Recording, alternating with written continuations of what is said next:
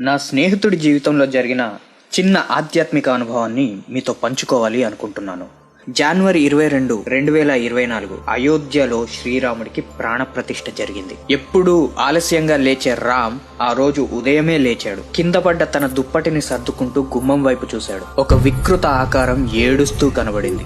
దాన్ని చూసి భయపడ్డాడు. పక్క గదిలో ఉన్న తన అమ్మ నాన్నల దగ్గరికి వెళ్ళాడు. నిద్రలో ఉన్న రామ్ అమ్మగారు మాట్లాడుతూ, ఏంట్రా పీడకలేమైనా వచ్చిందా, గుడికి వెళ్లి శివుడికి అభిషేకం చేసుకో అని చెబుతూ, వెంటనే అయినా ఇందాకే కదా వచ్చావు, మళ్ళీ ఎందుకు వచ్చావు అని అడిగారు. ఉలిక్కిపడ్డ రామ్ కి భయం పెరిగింది. ఎందుకంటే రామ్ కి మెలకువ వచ్చిందే అప్పుడు.